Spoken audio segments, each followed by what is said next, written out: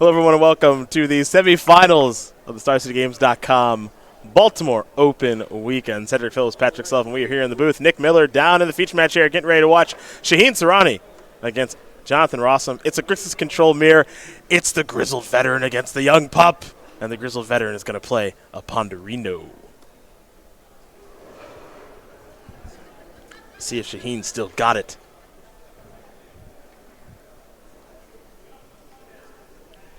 She ain't going to keep with the Ponder. Let's go back over to Rosum now for his first turn of what could be a pretty lengthy matchup, truth be told. A lot of back and forth here. A lot of Snapcaster Mages, Kolaghan's Commands, and Jace the Mind Sculptors to be played. This is going to be a Baleful Strix, and that will resolve. We'll head back over to Rosum now. And Rosum will draw. He's got a copy of Hymn to Torak in hand. He's going to sacrifice a couple of fetch lands. See if John wants to go towards the powerful discard spell. I'm curious what the most important cards in this matchup are. It's probably Gate Command and Snapcaster? I'm guessing it's Snapcaster Mage, Hymn to Torak, and Jace the Mind Sculptor in various orders, and that sort of fluctuates based on where the game's at, how early, how late. I mean, I'm guessing the way the game ends the most often is someone with Jace. But how do you get to that point? Well, one Snapcaster Mage down, and another Baleful Strix will be placed in the graveyard. So some nice hits there for Jonathan Rosum, as Shaheen's going to come in here for one. Another Snapcaster Mage in hand here for Shaheen. Looks like he might ponder again, and he will. So take a look at the top couple of cards, Delta among them. Shaheen's pace of play with these control decks pretty quick because he's been playing them for, over a decade. Yep, and I mean, that's the skill you have to develop, is being able to win your matches in time. Yeah, for as long as we've been covering matches here, I can't tell you the last time I've seen Shaheen pick up a draw, actually. Right, yeah, he plays very fast. We're going to see a Hymn to Torak here now from Shaheen. That card's gone, and that card's gone. See what he loses: a Snapcaster and an Angler. Quick update on another match. David Long, not messing around. Wins game number 1 over Matthew Vuk. Golgari Depth's up a game.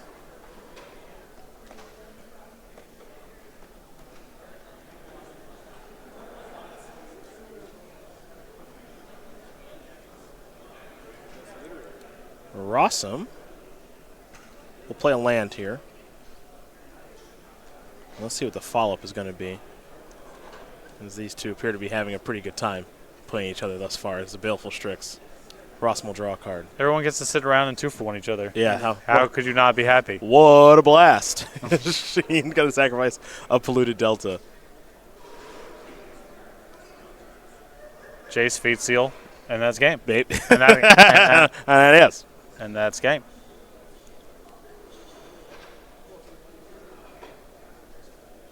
You want a Fate Seal, get a Bolt Range or what have you? Well, he's going to get a little snappy. Oh. And a Hymya.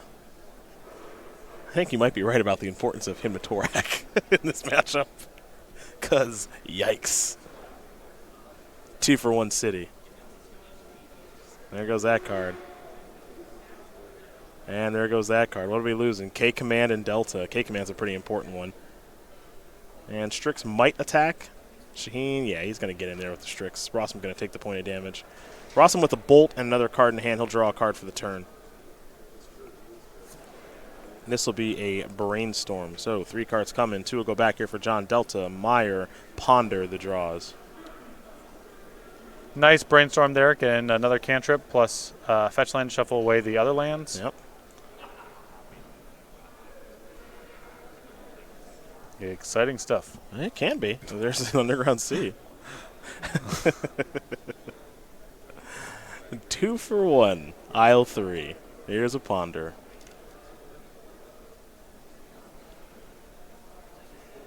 Rosum, take a look at the top couple of cards. Forgot if he's happy with these 3 cards or not. Or if he'd rather have a mystery card from the mystery box. We'll take something from the mystery box.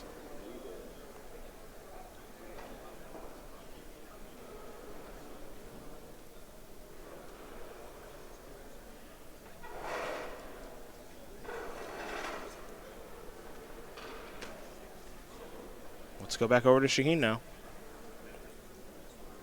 Another Baleful Strix. Shaheen will cast it that way and draw a card, which means it doesn't appear as though he can play Hymn to Torak, because there's a Lightning Bolt on the Snapcaster Mage. That doesn't necessarily mean it's true, though, because he hasn't played a land for the turn. There's a Scalding Tarn. He'll just pass the turn back over to Rosum. Rosum will draw. He'll just play a land and pass the turn back. I think Rosum's last card is Force of Will. I think you're right. That 5th land means that he can hard cast it. That's likely to be on Shaheen's radar right now. But if you are Shaheen, you have to think about quite a few cards here. You got to think about Snap, you got to think about K-Command, you got to think about Force of Will. Getting Strixie.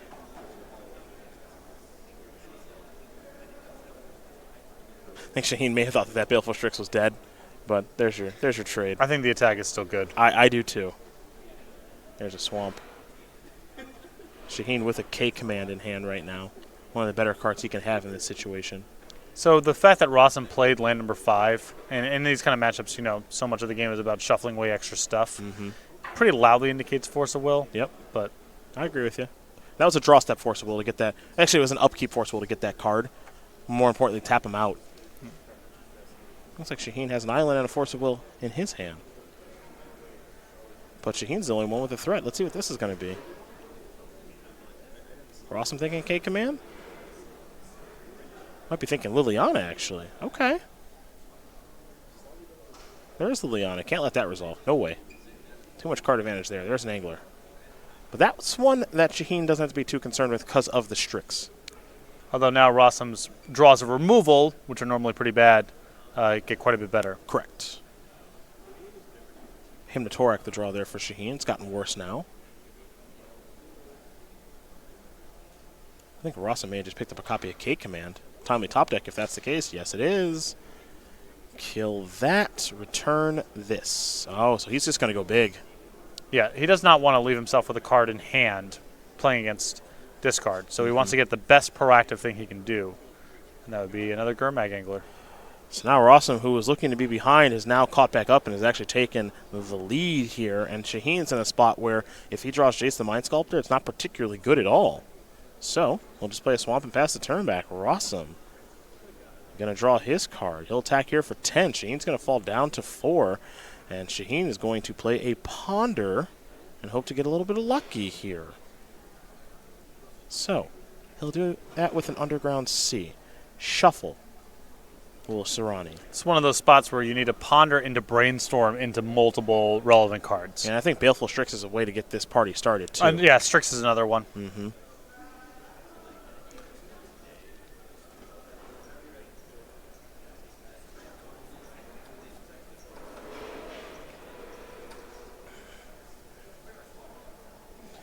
So we'll see what Shaheen's going to find off this mystery card from Ponder. He'll draw. Didn't get a great look at it, but Ponder's done resolving.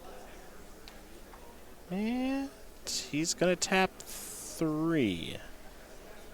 Let's see what this is. Liliana, they both have it in their deck. Minus. He can Strix into Angler. Yep. Play a land because he hasn't played one yet. Okay. Just got to decide how he wants to tap. Going to sacrifice this fetch land now. Will Shaheen's going to fall down to 3 in bolt range, but at this stage can't do much about it. Right. If he's able to Strix into a Gurmag Angler here, he's dead to bolt still because you just bolt the Strix. Yep. So it's not changing that calculus at all. Also looks like he's going to be dead to Fatal Push. But again, not a lot he Right. can do there. There's Strix. Draw. A lot of work. There's Snap. Well, that solves that. Good draw step there for Rosum. So, Jonathan Rosum is going to win game number 1 here over Shaheen Soorani. Grixis control. Mirror goes to the young pup thus far. As you're going to find a pretty similar sideboard here. We're going to start with Shaheen on the left, who's got 3 Surgicals, 2 Pyroblast, 2 Flusterstorm, 2 Needles, a Toxic Deluge, a Red Elemental Blast, Hydroblast, True Nemesis, Grim Lavamancer, Dreadbore. I'm guessing the Blasts come in, probably the True Name Nemesis as well, and maybe the Flusterstorms. I would not go near Grim Lavamancer in this kind of matchup, even though it seems like a grindy sort of control affair. Anything that just stays in play, that doesn't generate any value, I think is really bad in matchups defined by Kolaghan's command. I think that makes some sense. Cakeman can kill that and do some other stuff. Or a card that generates a lot of value can generate even more that way. For Jonathan Rosum, 3 Surgicals, 2 Pyroblasts, just like Shaheen, along with 2 Flusterstorms, 2 Blood Moons to Shaheen's, looks like none. Shaheen not much of a Blood Moon fan, it appears. Red Blast, Needle, Marsh Casualties, Lilion, the Last Hope, Deluge, and also a True Name on his end, too. Much the same thing here. The True Name, the extra Planeswalker, and some amount of the Red Elemental Blast, Pyroblast, Flusterstorm sort of stuff. Well, these players are going to get ready here for another game of the Grixis Control Mirror. 2-for-1 City, but Rossum was able to come out of that one ahead. Gurmag Angler does kind of break things open a little bit because it is so big and so cheap. Yeah, and it can close out the game very quickly. And in these games that often, one draw step can swing it really dramatically. Being able to end the game really, really fast instead of relying on Snapcaster Mage beats has a role. Well, those are the options there for both players. Game number 2 about to be underway, but very quickly a message from our wonderful sponsors over at Ultimate Guard.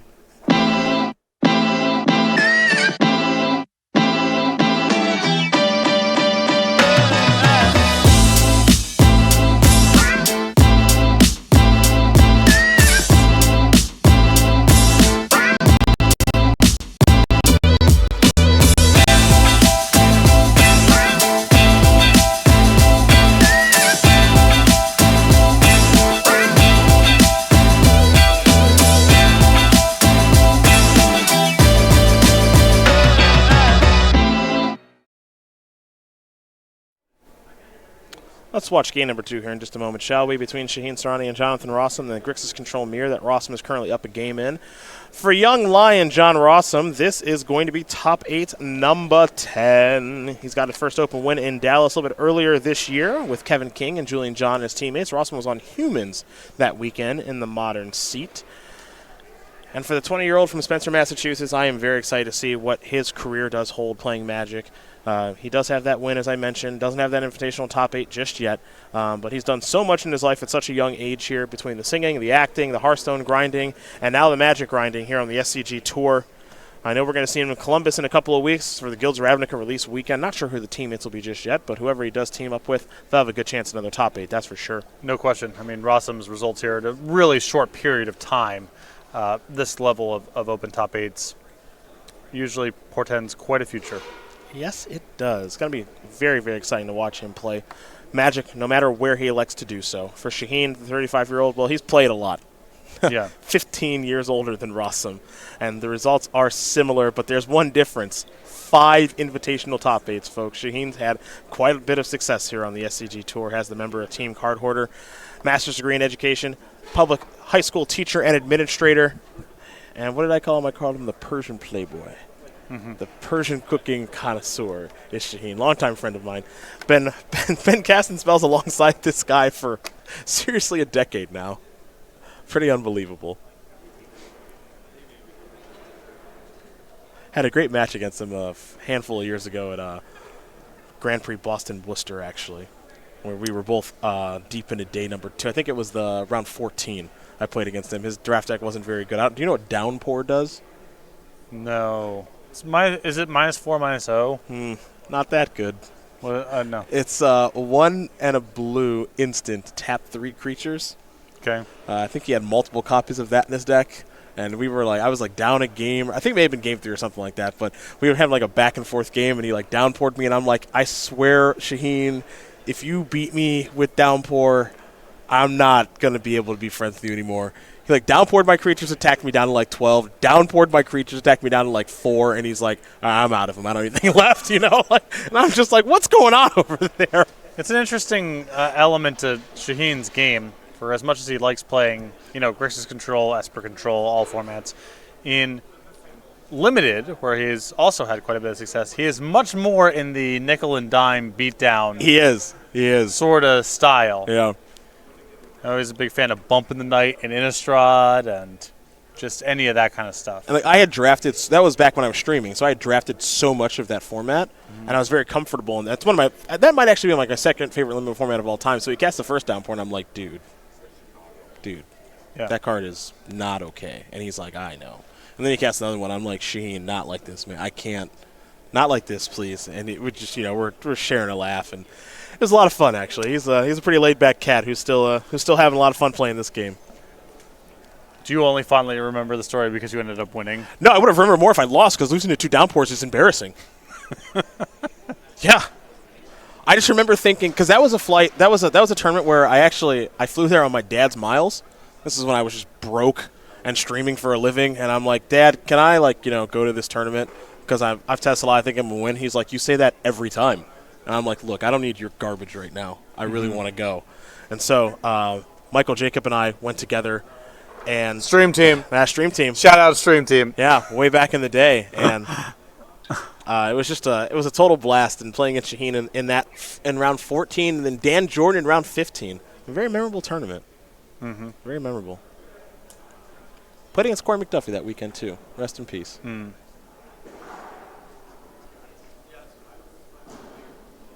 I don't think I've played against Shaheen. I've certainly not played against Rosum. I've played against Shaheen multiple times, and you've definitely not played against Rosum. Because you hung it up way before. Yeah. The thought of you playing against Rosum is like maybe online, maybe. Yeah, maybe. That's it, but definitely not in real life. Too young and you're too old. Maybe we'll see him in Denver. Maybe. Yeah, that'd be good. Shaheen going to take a look at 6 cards. Scry top to the bottom. It's an island, it's a ponder. I don't know if he'll make it out to Grand Prix Denver, but if I play against him and I'm way ahead, I am going to start singing the chorus to Footloose.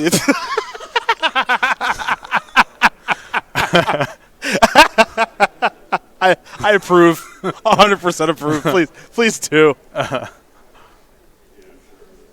There's a bloodstained Meyer. Gonna pass the turn back. Sing it with me, John. Yeah. Yo, you know this one. Yeah.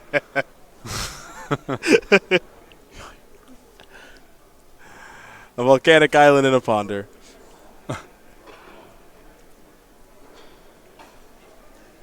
Machine, think about countering this? Well, it's one of those spots where, the Pyroblasts don't line up against everything. And especially in a matchup where Totorak is involved, it's really dangerous to get caught with the wrong reactive cards in your hand at the wrong time. And since you can't Red Blast to him, there's an argument to just say, well, I don't want to get himmed with this being one of the 2 cards remaining in my hand. So just cash in while you can. Shaheen's going to crack this fetch, though I'm not sure if he wants to or not, and maybe he's trying to figure out exactly what land to get. You got to remember, you don't have to worry about Wasteland in this matchup, which is actually pretty nice. Means your lands are always going to be around, do their thing. Don't have to really worry about a card like Blood Moon, I would think. So, just make sure you get the right lands to be able to do your thing. I think he's going to go with bad lands. I have always been curious if it's correct to counter those cantripping spells. There's also, if your hand's really bad, there's some argument of hopefully they just don't have enough lands to function. You fight over the cantrips and, hope their hand's not functional. And Shaheen's already mulliganed. He doesn't really have a whole lot going on here, so that could be a motivation too. Jason Mind Sculptor the draw. Shaheen will pass the turn back, misses the land drop. Rosum picked up a copy of Himatorak. Well, this is the scary part, right? Yeah, I mean this is the cost of Flusterstorm instead of Red Blast. Mm-hmm. And on the play, missing land drops, now getting hemmed, in a lot of trouble. Snapcaster Mage down, Himatorak down, and Shaheen really wanted to cast one of his. He'll draw a card, pass the turn back because he's picked up a copy of Dreadbore. Nice. Oh boy. This is not getting any easier here for Shaheen. Liliana going up to 4 for Rosum. The young lion looks like he's going to run away with this one potentially as Liliana goes up to 5. If that thing ultimates, Shaheen can't win. He does have that Dreadbore in hand. Yeah, he does have a Dreadbore, but, that Dreadbore is pretty taxed in the best circumstances and not castable right now. Mm-hmm. There's a Pluto Delta. Liliana up to 6. Shaheen will draw a card. Can he find a land? He can find a cantrip. It's a Brainstorm. Don't let him off the hook. There's a Flusterstorm. No real way to fight back with the Red Blast there. Yep, that's countered. Liliana's ultimate, I believe, is 7. So Shaheen's got one more turn. Up to 7 it goes. Need that land. Drew that Force of Will too late. There's that Dreadbore. There's that Red Blast. And he'll extend the hand because he cannot beat Liliana's ultimate. Jonathan Rosum going to win this match here over Shaheen Soorani. 2-0. The Grixis Control Mirror goes over to Rosum, and he is on his way to the finals.